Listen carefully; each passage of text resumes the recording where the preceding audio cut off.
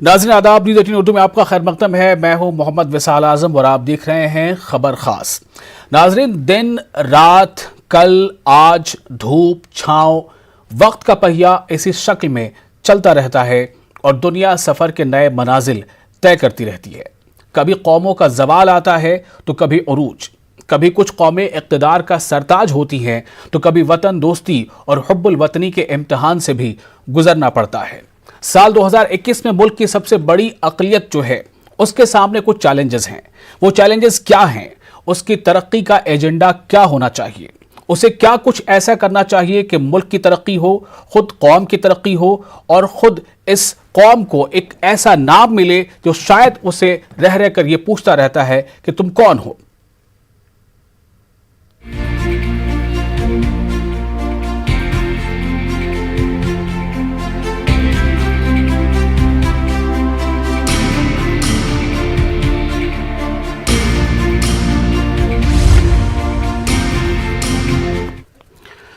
तो नाज़रीन, वक्त के साथ हम सभी 2020 के बाद 2021 में सांसें ले रहे हैं, लेकिन क्या जिंदगी सिर्फ गुजर जाने का, सांसों की गिनती पूरी होने का ही नाम है? नाज़रीन, हमारा मुल्क आज़ाद है और आज़ादी को पूरे 73 साल हो चुके हैं। तक़सीम मुल्क के वक्त मुसलमानों की एक बड़ी आबादी मुल्क पाकिस्तान चली गई और बाकी ने हिंदुस्तान में ही रहना, यहीं पलना बढ़ना और यहीं जीना मरना पसंद किया और ख़ुद को हिंदुस्तानी ही कहलाने में फ़ख्र महसूस किया। लेकिन आज़ाद हिंदुस्तान में अक़लियतों का उरूज लगातार हिचकोले भी खाता रहा। हालात मुख्तलिफ होते गए। मुल्क की बड़ी अक़लियती आबादी की नुमाइंदगी सरकारी नौकरियों से रफ्ता रफ्ता कम होती गई। कई दफ़ा हालात इतने नाजुक हुए कि फसाद की आग भी रह रहकर भड़कती रही, हज़ारों जानें जाती रहीं। लेकिन इन सब के बावजूद हालात का सामना करते हुए अक़लियती आबादी के नुमाइंदों ने बड़ी बड़ी कामयाबियां भी हासिल की, इक़्तिदार का अहम हिस्सा भी रहे। दिफा और रिसर्च के शोबे में APJ अब्दुल कलाम जैसा नाम भी दिया। मुल्क की तहजीब व सकाफत में गिरा कदर खिदमात अंजाम दी। सरहदों पर जान की बाजी भी लगाई, मुल्क के दुश्मनों के दांत भी खट्टे किए। अब 2021 है, हालात कदर मुख्तलिफ हैं। मुनाफरत की फिजा भी रह रह कर सर उठाती रहती है। एक चैलेंज है और इसका सामना करना है। सवाल यह पैदा होता है कि आखिर मुल्क में माइनॉरिटी का तरक्की का एजेंडा क्या है? हमारे साथ इस बहुत ही ख़ास हसास मौजू पर बातचीत करने के लिए 3 ख़ास मेहमान हैं। हमारे साथ हैं ज़फ़रुल इस्लाम खान साहब, जो साबिक़ चेयरमैन हैं दिल्ली माइनॉरिटी कमीशन के। हमारे साथ हैं दानिश इकबाल, जो तर्जुमान हैं BJP के, और हमारे साथ हैं मीम अफजल, जो कांग्रेस के कौमी तर्जुमान हैं। आप तीनों मेहमानों का बहुत बहुत इस्तकबाल है। मैं सबसे पहला सवाल ज़फ़रुल इस्लाम खान साहब से करना चाहूँगा कि 2021 की ये बिल्कुल अभी शुरुआत है और एक नया जोश, नई उम्मीद, नया उमंग है मुल्क के तमाम शहरियों में। लेकिन इन सब के बावजूद अक़लियतों का जो एक एजेंडा है या होना चाहिए, वो क्या होना चाहिए? क्योंकि नए साल में अगर हम कहें तो नए चैलेंजेस भी हैं, और ये चैलेंजेस किस तरह से हैं? बड़ी अक़लियती आबादी को किस तरह से मुल्क के मेन स्ट्रीम के साथ मिलजुल कर और किस तरह से आगे और मजीद शिद्दत के साथ काम करना चाहिए, और क्या एजेंडा तय होना चाहिए? सवाल यही है। ज़फ़रुल इस्लाम खान साहब। कि जो मसाइल हमारे सामने 2020 में थे वही तकरीबन 2021 में भी हैं। जिस किस्म की नफरत की पॉलिटिक्स इस मुल्क में चल रही है, उसमें पिछले चंद दिनों में और भी इजाफा आ गया है। अब 3 जो रियासतें हैं, वो तो पहले यूपी ने शुरू किया, फिर मध्य प्रदेश ने शुरू किया, अब हिमाचल ने भी शुरू कर दिया। वहां पर मजहब के तहफ़्फ़ुज़ के नाम पर एक कानून बनाया गया है जिससे में मजहब का मजाक उड़ाया जा रहा है और मजहब के नाम पर वो पाबंदियां लगाई जा रही हैं जो कि हमारे मुल्क में किसी तरह से न कानून इजाज़त देता है और न हमारा जो कॉन्स्टिट्यूशन आइन है उसकी इजाज़त देता है। और उसके अलावा मुस्तकिल जो है, अभी आपने मंदसौर में देखा किस तरह से हुआ, और मुख्तलिफ जो है लोग गिरफ्तार हैं, बहुत से लोग गिरफ्तार हैं। पिछले साल जो फसाद हुए थे यहाँ पर खुद दिल्ली के अंदर, उसमें बहुत काफ़ी लोग, मैं समझता हूँ शायद 1,500 लोग होंगे, गिरफ्तार हैं। चंद लोगों की ज़मानतें ज़रूर हुई हैं, लेकिन और अजीब अजीब उन पर इल्ज़ाम लगाए जा रहे हैं। जो मजलूम हैं, जिनके घर जले, जिनके घर उड़ाए बम से और सिलेंडर से उड़ाए गए, जिनकी मस्जिदें उड़ाई गई, जलाई गई, उन पर ही इल्ज़ाम है कि उन्होंने ये फसाद कराया है। तो ये अजीब गरीब माहौल है और मैं नहीं समझता कि 2020 में जो माहौल था वो 2021 में बदल जाएगा, बल्कि शायद अगर हम देख रहे हैं कि शायद उसमें कोई इजाफा ही हो रहा है, उसमें कोई कमी की गुंजाइश नहीं है। हमारे सामने देखिए, असल हमारे सामने जो इशू है और जो हमारे सामने मसला है वो तालीम में तरक्की का है, असल चीज है। लेकिन जब हमको अपनी खुद हिफाजत, अपनी पर्सनल सिक्योरिटी, अपनी पर्सनल सेफ्टी जो है वो खतरे में हो जाए और आदमी को मालूम नहीं बाहर निकलेगा तो उसकी लिंचिंग हो जाएगी, तो फिर वो सब चीजें छोड़ करके इन्हीं वक्ती चीजों में वक्त लगाता है। और उसमें जो असल उसका एजेंडा है, हमारा असल एजेंडा इस वक्त कम से कम 15-20 साल के लिए सिर्फ तालीम होना चाहिए। लेकिन अफसोस है कि हम उस पर जो है, एक तो हमारे यहाँ खुद बेहिसी है, वो अपनी जगह पे है, लेकिन उसी के साथ साथ बाहर जो हालात पैदा किए जा रहे हैं उसकी वजह से गालिबन हम जिन चीजों पर तरक्की मरकूज करना चाहेंगे उस पर नहीं हो पाएगी, बल्कि सिर्फ अपने तहफ़्फ़ुज़ में हम लग जाएंगे। दो अहम बातें आपने कही है, एक तो ये है कि बेहिसी कुछ खुद हम में भी है, और दूसरा सबसे अहम जो आपने बताया कि जब तक सोशली कोई कौम अगर सिक्योर खुद को महसूस नहीं करेगी या कोई कम्युनिटी, तो उसके लिए तमाम तरक्की के दूसरे बाब खुलने भी बहुत मुश्किल होंगे। हमारे साथ आप दो खास मेहमान और हैं, मीम अफजल साहब हैं, कांग्रेस के कौमी तर्जुमान, और दानिश इकबाल भी हैं। मीम अफजल साहब, मेरा सवाल ये है कि हिंदुस्तान में देखा यह जाता है कि ख़ास तौर से सियासत जो है वो हर चीज़ पर दखल अंदाज रहती है, और मुल्क की माईशत, मुल्क की फलाह, मुल्क का अमन व अमान सब कुछ सियासत के दरवाजे से होकर गुजरता है। ऐसे में जो एजेंडा तय होना चाहिए अक़लियती आबादी के लिए, बहुत सारी अक़लियतें हैं, सिर्फ मुसलमान नहीं है, सिख भी हैं, ईसाई भी हैं, वो क्या होना चाहिए आपकी नज़र में? देखिए, अक़लियतों के लिए सबसे बड़ा एजेंडा ये होना चाहिए कि उनको साफ सुथरी सरकार मिले और साफ सुथरे तरीके से उनकी तरक्की की राहों में, उनकी तालीम की राहों में, उनके जो मजहबी इख्तियारात हैं उनकी राहों में कोई रोड़े ना अटकाए जाए। ये सबसे अहम बात है। लेकिन बदकिस्मती से इस वक्त जो मुल्क के अंदर जी मीम अफजल साहब, आवाज आ रही है आपको? जी मीम अफजल साहब बोलिए। वो बहुत ही तशवीशनाक है सूरत हाल। जी अभी आपने जो बात कही, मुझे लगा कि आज आपने आधा घंटा इसके लिए रखा है, बहुत कम वक्त है। जफर निजाम साहब बहुत जमाने से अक़लियतों से जुड़े हुए मसाइल पर काम कर रहे हैं, मुस्लिम कम्युनिटी के बहुत बड़े इंटेलेक्चुअल हैं जी, और मैं ये भी जानता हूँ कि उनके साथ दिल्ली के अंदर जो ज्यादती हुई, जिस तरह से उनको भी गिरफ्तार करने की पूरी कोशिश की गई जी, उनके ऊपर तरह तरह के इल्जाम लगाए गए, जिसका उन्होंने जिक्र नहीं किया, ये उनका बड़ापन है। आपने आज ऐसे इस शख्स को बुला करके, इससे बिठा करके बात की है, तो मुझे खुशी है कि आपने मौका दिया। जी मेरा ख्याल है लाइन मुझे नहीं मिल रही है। जी मीर अफजल साहब, मैं फिर कोशिश करता हूँ आपके पास पहुंचने की। अब आ रही है आवाज? आपकी आवाज तो हमें मिल रही है, आप अपनी बात जारी रखें। ठीक। जी हाँ, देखिए, मैं ये कह रहा था कि आपने बड़ा अहम सवाल पूछा कि माइनॉरिटीज के लिए एजेंडा क्या होगा। दो एजेंडे हो सकते हैं इसके अंदर। एक एजेंडा माइनॉरिटीज की तरफ से हो सकता है, दूसरा हुकूमत की तरफ से एजेंडा होता है। एजेंडा पिछले 7 साल से बिल्कुल क्लियर है। जफरुल इस्लाम साहब ने कहा कि अभी कुछ दिनों से इजाफे हो रहे हैं, जो कुछ जुल्म और ज्यादतियां हो रही हैं अक़लियतों को लेकर के, लेकिन सच बात यह है कि वो कुछ दिनों से नहीं है, पिछले 7 साल से वो पूरी उसका एक दायरा जो है, उसका अमल का दायरा जो है वो बढ़ता चला जा रहा है। और उसमें ज्यादा देखिए, मैं बहुत सफाई के साथ एक दो बातें कहूंगा। जी बिल्कुल। जाहिर है मैं कांग्रेस पार्टी का तर्जुमान हूं, लेकिन मैं एक मुसलमान भी हूं। यहाँ हमारे भारतीय जनता पार्टी के जो नौजवान बैठे हैं वो भी अपनी पार्टी की नुमाइंदगी कर रहे हैं, लेकिन उनके सीने में भी जो दिल है वो कहीं ना कहीं महसूस करते होंगे कि मैं उनसे पूछूंगा, पहले आप उनका बात पूरी कर लें। जी, मैं सिर्फ ये कहूंगा कि एजेंडा जो है जैसे कि जफर इस्लाम साहब ने कहा कि तालीम एजेंडा होना चाहिए आज की तारीख में मुसलमानों का, लेकिन मैं उनसे पूरी तरह से इत्तेफाक नहीं करता। एजेंडा पहले भी था। आज से 40 साल पहले हम लोग सड़कों पर घूमते थे, गांव देहातों में जाते थे, मुसलमानों को तालीम हासिल करने के लिए तरगीब दिया करते थे। शहरों में थोड़ी हालत बेहतर थी, गांव देहातों में बहुत बुरा हाल था जी। तालीमी मैदान में उन्होंने बहुत काम किया।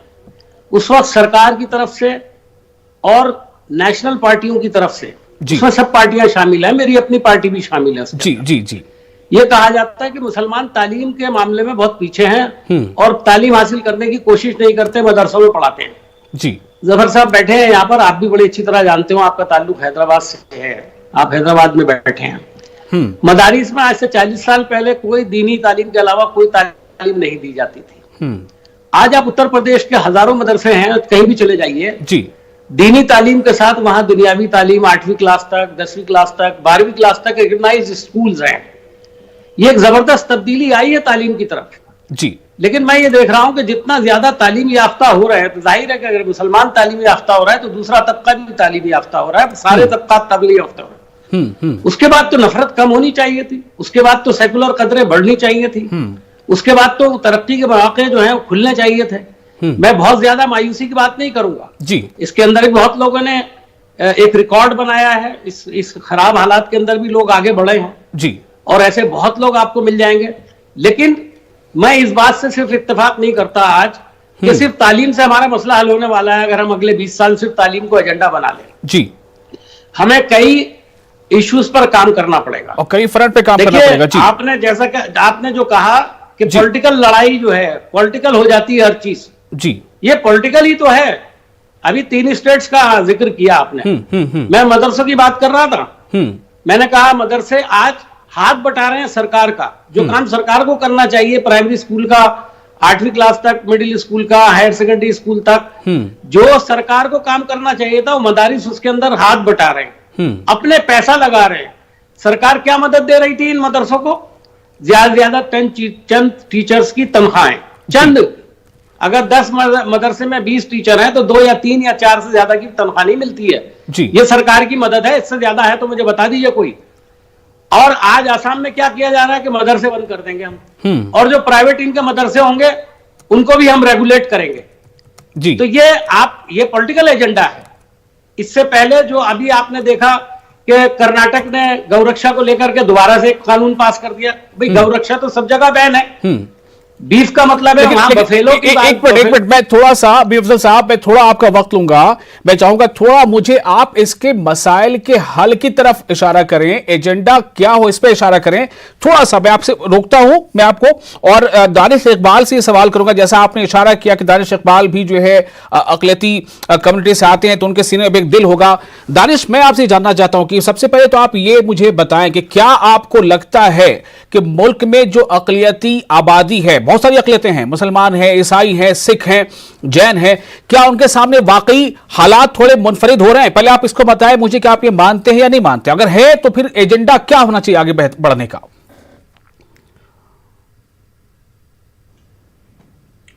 ना कोई रंज का लम्हा किसी के पास आए, खुदा करे कि नया साल सबको रास आए, पर खुलूस मुबारकबाद। ये तो शेर है, बहुत सारे लोग कॉपी कर करके फेसबुक पे पेस्ट करते चले जा रहे हैं। मैं ये जानना चाहता हूं कि एजेंडा क्या हो। नहीं, मैं बता रहा हूं जिस विषय पर हम चर्चा कर रहे हैं उसको राजनीति से अलग रख करके मुसलमानों की जो बुनियादी जो परेशानियां हैं उस पर हमें चर्चा करना चाहिए, दिल खोल करके और पार्टी लाइन से हट करके। क्यों पार्टी लाइन से हट करके क्यों करना चाहिए? देखिए, जो अभी जो अफजल साहब कह रहे हैं कि पार्टी जो है वही इख्तिदार में होती है, जो पार्टियां इख्तिदार में होती है वही नीतियां बनाती हैं, वही फैसले लेती हैं, वही कानून बनाती हैं। क्योंकि मैं उम्मीद कर रहा था कि अफजल इमाम भाई बहुत ही वरिष्ठ हैं, बहुत ही काबिल है मुझसे, और दूसरे जो पैनलिस्ट है वो भी बहुत काबिल है, लेकिन उन दोनों की बातों में मुझे पॉलिटिक्स दिखी, राजनीति दिखी। तभी मैं कह रहा हूं कि पार्टी लाइन से हट करके एक पॉलिटिकल पार्टी का नुमाइंदा होने के नाते, एक हिंदुस्तानी होने के नाते, एक मुसलमान होने के नाते हमें सच्चाई के साथ बात करनी चाहिए। क्या है सच्चाई? ये है कि मुसलमानों को जो जरूरत है, मुसलमानों को जो जरूरत है वो ये है कि मुसलमानों की बेहतरी के लिए जो एजेंडा होना चाहिए वो ये होना चाहिए कि अपीजमेंट तो बिल्कुल ही नहीं होना चाहिए। अपीजमेंट जो होता आया है वो अपीजमेंट तो बिल्कुल ही ना होना चाहिए। किसका अपीजमेंट नहीं होना चाहिए? अकलियतों का अपीजमेंट नहीं होना चाहिए, जो अक्सरियती आबादी है उनका नहीं होना चाहिए। जो मेन, अगर आप मुझे बोलने देंगे जिस प्रकार से दूसरे पैनलिस्ट को बोलने दिया है तो मैं आपका शुक्रगुजार होऊंगा। जी चलिए, बोलने देता हूं। टोकेंगे तो मैं अपनी बात नहीं रख पाऊंगा। जी प्लीज प्लीज कैरी ऑन। मैं ये कह रहा हूं कि मुसलमानों को जी जो बुनियादी फैसिलिटीज थी, जो तालीम थी, आप जो बात कर रहे हैं 70 साल किनकी सरकार थी? 72% मुसलमान बच्चियों की जो तालीम की ड्रॉप जो स्कूल ड्रॉप थी उसकी रेट थी, आज अगर वो घट के 32% हो जाती है तो आपको ये सराहना करना चाहिए। आपको जो है ये बताना चाहिए कि आज मुस्लिम बच्चों के अंदर तालीम की बढ़ोतरी हुई है।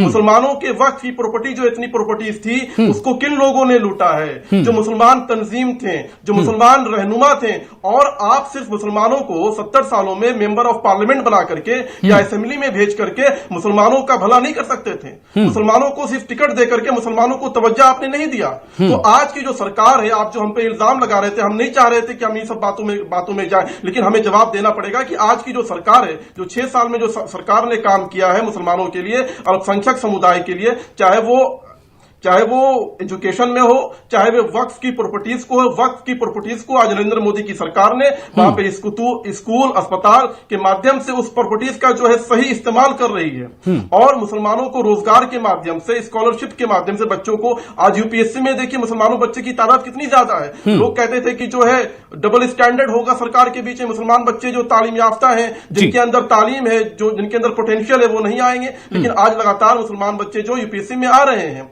तो मुझे लगता है कि मुसलमान तभी तरक्की कर पाएगा जब वो मेन स्ट्रीम में रहेगा, जब वो मुख्य धारा में रहेगा और बराबरी के साथ, क्योंकि वो इस देश का बराबरी का नागरिक है। कहीं भी अपीजमेंट नहीं होना चाहिए। हाँ, बुरा तब लगता है, तकलीफ तब होती है जब इस देश का प्रधानमंत्री यह कहता है कि भारत के रिसोर्सेज में सबसे पहला हक जो है वो मुसलमानों का होगा, और मुसलमानों को इसको कंडेम करना चाहिए सामने आके। इस्लाम एक ऐसा कौम है जो बराबरी की बात करता है, जो हक की बात करता है, और हक यह है कि इस देश के अंदर हम बराबरी के नागरिक है और हमारा अधिकार बराबर का है। अपीजमेंट हम नहीं चाहते हैं, और बराबरी के साथ ही हम मुख्यधारा में जुड़ करके मुसलमान आगे बढ़ेगा। ठीक है। दानिश इकबाल साहब ने कुछ बातें बहुत ही खुलकर वाकई कही हैं।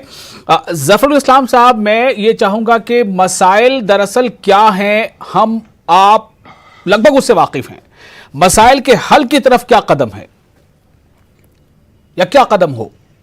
देखिए, जिन बातों का अभी जिक्र हुआ है कि तालीम में बेहतरी हुई है जी, वो यकीनन सचर कमेटी की रिपोर्ट के बाद से यूपीए सरकार यानी कांग्रेस सरकार ने कुछ इकदाम किए थे, उनकी वजह से हुई है। और मुझे ये कहने में बड़ा अफसोस है कि जो कुछ छोटा मोटा वहां पे काम हुआ था उसको भी आज बड़ी हद तक रोक दिया गया है। स्कॉलरशिप कम कर दी गई है, बजट जो है माइनॉरिटीज का कम किया जा रहा है। उसके अलावा मुस्तकिल जो ढंडोरा पीटते हैं कि मदरसों को इतनी इमदाद मिल रही है 3-3 साल से। वहीं बिहार में देख लीजिए, जहां ये बैठे हुए हैं, मैं समझता हूं कि 3-3 साल से तनख्वाहें जो हैं उन टीचरों को नहीं मिल रही हैं जो कि मदरसों को दी गई हैं। तो ये कौन सी बेहतरी है? बेहतरी तो कुछ नहीं हुई है, बेहतरी नहीं है, बल्कि सिर्फ अबतरी ये हुई है कि वो जो सिक्योरिटी का माहौल था और लोग जो है आराम से सांस लेते थे और समझते थे कि आज रात को मैं सोऊंगा तो कल रात को मैं ठीक ठाक उठूंगा, वो चीज खत्म हो गई। अब लोगों को डर हो गया है, पूरे मुल्क में डर हो गया है कि क्या होगा, मैं बाहर निकलूंगा तो मुझे ट्रेन में, मुझे बस में, मुझे रास्ते में मुझे पीट दिया जाएगा, मेरी मस्जिद को तोड़ दिया जाएगा, मेरे घर को अभी कल परसों हुआ है कि घर को सिर्फ एक पत्थर मारने की वजह से घर को बुलडोजर ने आकर तोड़ दिया। ये कौन सी राजनीति है? ये राजनीति नहीं है, ये तो एक तरह की एक इंतकामी एक सियासत है जिसमें एक खास कम्युनिटी को पीछे करने की सियासत है। और इससे गवर्नमेंट नहीं चलती है। ये बराबरी की चीज नहीं है, ये विकास की चीज नहीं है। हम बराबरी चाहते हैं, वही हमको कुछ भी खास अपीजमेंट नहीं चाहिए। किसने अपीजमेंट दिया? क्या जो सचर कमेटी को देख लीजिए, आज अगर दोबारा सचर कमेटी बनाई जाए तो मालूम होगा कि हम उससे पीछे जा चुके हैं। तो ये कुछ भी अपीजमेंट नहीं हो रहा, बल्कि कहने के लिए एक तरह का एक मुद्दा उठाया जाता है जिसकी कुछ भी हकीकत नहीं होती है। लेकिन मैंने जो बात कही, मेरा सवाल फिर वही है, हल क्या है? अक़लियतों का इक़दाम क्या हो? अक़लियतों का जो मीम अफजल साहब ने फरमाया देखिए, एक काम तो सरकार को करना होता है कि वो माहौल पैदा करती है, वो अमन सलामती की हालत पैदा करती है, वो स्कीमें ले आती है जिससे कि हालत बेहतर हो रही है। हमको ये मौजूदा हुकूमत है उससे कुछ भी उम्मीद नहीं है, फिलहाल कुछ भी उम्मीद नहीं। जब तक ये सरकार कायम है मैं समझता हूँ हमें कुछ भी उम्मीद नहीं है, लेकिन कम से कम वो हमको जो अमन और सलामती और सिक्योरिटी जो दे दे, इतना तो कर दे। और उसके बाद हमारी तरफ से यानी कम्युनिटी की तरफ से ये होना चाहिए। काम तो बहुत करने के हैं, मैं तो थोड़ी कर रहा हूँ कि बहुत सी जो चीज़ें हैं, हमको जो रिसर्च करना है, हमको अपने माशी हालात बेहतर करने हैं, हमको समाजी हालात बेहतर करने हैं, हमको अखलाकी हालात बेहतर, बहुत कुछ करना है, वो सही है। लेकिन तालीम एक बुनियादी चीज़ है, और तालीम में अगर बेहतरी आई है तो वो ये है कि सर्चर कमेटी के बाद से कुछ स्कीमें आई थी, उसका भी फर्क पड़ा है। खुद फिर मुस्लिम कम्युनिटी के अंदर भी ये सोच पैदा हुई है कि हमको तालीम के बगैर कुछ भी तरक्की नहीं मिलेगी। तरक्की मिल रही है, बच्चे अच्छे निकल रहे हैं, मैं देख रहा हूँ, लेकिन इस मुल्क में उनको जगह नहीं मिलती। और मुस्तकिल मैं देख रहा हूँ कि मुस्तकिल हमारे जो खुद हमारे कम्युनिटी के लोग, दूसरे लोग भी जा रहे हैं, तो ये लोग बाहर जा रहे हैं। क्यों ये बाहर जा रहे हैं? आप उनको मौका दीजिए, काम करने का मौका दीजिए यहाँ पर, उनको भी जॉब्स में दीजिए। जॉब्स में क्या है, मैं देख रहा हूँ मुस्तकिल, खुद दिल्ली के अंदर, दिल्ली के बाहर भी मुसलमान जो है हर काम, हर जो सेक्टर है उसके अंदर 3, 4, 5% है। हम तो 15%, हमको ज्यादा नहीं मान लिया। अपीजमेंट उस वक्त होगा जबकि हम कहेंगे हमको 15 से ज्यादा चाहिए। जी, मैं थोड़ा सा जफर साहब आपको रोकना चाहूंगा थोड़ी देर के लिए। और दानिश इकबाल, मुझे आपसे ये जवाब चाहिए होगा कि सोशल सिक्योरिटी यानी जो डर खौफ का माहौल बढ़ता जा रहा है उसको दूर तो सरकार ही कर सकती है ना, उसके लिए आपके पास जवाब क्या होगा? आप प्लीज जवाब रेडी रखिए। पहले मैं जाता हूं मीम अफजल साहब के पास। मीम अफजल साहब, सवाल वही है, एक तो इक़दामात जो कम्युनिटी को अपने तौर पर करना है, दूसरा जो हुकूमत करती है, हुकूमत क्या कर रही है, क्या करेगी, पुरुम्मीद होना चाहिए। कम्युनिटी लेवल पे क्या हो सकता है? देखिए, कम्युनिटी लेवल पर जब ही होगा जब कम्युनिटी को कोई सुकून महसूस होगा। अगर उसको ये दिखाई दे रहा है कि उत्तर प्रदेश, बिहार या दूसरे जितने भी सूबे, अभी कर्नाटक देखिए, आसाम देखिए, मध्य प्रदेश, जहाँ मुसलमानों की आबादी शायद 3-4% भी नहीं होगी, वहां भी जो हरकतें की जा रही हैं उससे एक माहौल बनाया जा रहा है। अभी बात कर रहे थे हमारे भारतीय जनता पार्टी के प्रवक्ता दानिश साहब जी, दानिश साहब कह रहे थे कि अपीजमेंट नहीं होना चाहिए। हम आपसे 100% यकीन करते हैं, हम आपसे 100% इत्तेफाक करते हैं। अपीजमेंट किसका नहीं होना चाहिए? आज जो हिंदुओं का अपीजमेंट कर रही है इनकी पार्टी, जिस तरह से खुल करके एक पूरे वर्ग की पार्टी बनकर के रह गई है और हर अकलियत को उन्होंने पीछे छोड़ दिया। और ना सिर्फ ये अकलियत, बल्कि कुल हिंदुओं के जो कमजोर तबकात हैं उनको प्रताड़ित किया जा रहा है, उनके ऊपर जुल्म किया जा रहा है। दसियों मिसालें मैं आपको दे सकता हूं, इसका वक्त नहीं है, लेकिन मैं आपको ये बताना चाहता हूं कि दरअसल इस हुकूमत ने एक संजीवनी बूटी ढूंढी है। और संजीवनी बूटी पता है क्या है? संजीवनी बूटी यह है कि माइनॉरिटीज को इस देश के अंदर यह बताओ कि ये गद्दार हैं, ये पाकिस्तानी हैं, ये इस मुल्क के खिलाफ काम करते हैं, इस मुल्क के लोगों के खिलाफ काम करते हैं, और इनके खिलाफ नफरत का एक माहौल पैदा करके दूसरा वोट बैंक जो है वो इकट्ठा करो। लेकिन मेरा सवाल आपसे ये होगा, बस बहैसियत कांग्रेस पार्टी के कौमी तर्जुमान, आप खुद को कौमी पार्टी कहते हैं, मुझे आप ये बताइए कि मध्य प्रदेश में जो कुछ हुआ उसको सब लोग सुर्खियों में तो ला रहे हैं, लेकिन आपकी पार्टी ने वहां कितना जो है सड़कों पर आकर उसके खिलाफ एहतजाज किया और कितना जो है वहां की हुकूमत से मुतालबा किया कि ये गलत हो रहा है, इसके खिलाफ एक्शन लिया जाए? आजम साहब, सड़कों पर तो कल उतार सकते हैं लोगों को, लेकिन उसका नतीजा जो निकलेगा वो वही होगा जो दिल्ली में जफर इस्लाम, मतलब डर की सियासत है, आप डर जाएंगे? डर की सियासत नहीं है, ये हुकूमत की ताकत से लड़ना क्या आप समझते हैं इतना आसान होता है? आप देखिए सीएए का जो है मूवमेंट पूरा, सियासत में तो डंडे खाने पड़ते हैं साहब, सियासत में डंडे खाने पड़ते हैं। अगर आपको लगता है, अगर आपको लगता है कि आपकी पार्टी एक बड़ी पार्टी है और किसी भी खास कम्युनिटी के खिलाफ, चाहे वो कोई भी कम्युनिटी, उसके खिलाफ की बहुत ज्यादा जुल्म ज्यादती हो रही है, तो कितनी बार आपकी पार्टी सड़कों पर आ रही है? आजम साहब, हमारी पार्टी के अलावा कौन सी पार्टी है जो डंडे खा रही है? हम माइनॉरिटीज की बात कर रहे हैं, जनरल पॉलिटिक्स की बात नहीं कर रहे हैं। माइनॉरिटीज के लिए सड़कों पर लाने के पहले हमें बहुत 10 बार सोचना होगा। और पॉलिटिकल पार्टी कांग्रेस पार्टी पूरे हिंदुस्तान को चलाती है और जानती है कि क्या खेल हो रहा है। आप क्या समझते हैं कि हम मुसलमानों को ये कहें कि आप सड़कों पर आ जाएं और उसके बाद क्या होगा? सीएए में अगर किसानों जैसा व्यवहार किया होता तो वहां क्या हुआ होता शाहीन बाग के अंदर। और आज किसानों का वही मूवमेंट है, 1.5 महीने से चल रहा है, सरकार लगातार बातचीत कर रही है। वो कहते हैं नहीं वापस लीजिए, हम भी उनके साथ हैं, 200% हम उनके साथ हैं, लेकिन रवैये में फर्क देख लीजिए क्या है जी। इस रवैये। अब मैं आता हूं दानिश इकबाल, सबसे अहम सवाल यह है, आपने भी तस्वीरें देखी होंगी, पुलिस की गाड़ी भी मौजूद रहती है, एक खास कम्युनिटी के खास अकीदत के मरकज को चोट पहुंचाया जाता है, तकलीफ पहुंचाई जाती है, दिल आजारी होती है, झंडे बदलने की कोशिश होती है। दानिश इकबाल, अगर आपको खुद यह एहसास ना हो कि आप घर से बाहर सिक्योर हैं कि नहीं, तो क्या आप तालीम में आगे बढ़ेंगे? क्या आप समाजियात में आगे बढ़ पाएंगे? सोशल सिक्योरिटी की गारंटी क्या सरकारों की जिम्मेदारी नहीं है? आजम साहब, उत्तर प्रदेश के अंदर मेरा सवाल दानिश साहब से है, दानिश इकबाल बीजेपी के तर्जुमान, प्लीज। ये नहीं आजम साहब एक बात और कह दूं मैं, मुझे उसका भी जवाब मैं ये डर आज का पैदा किया।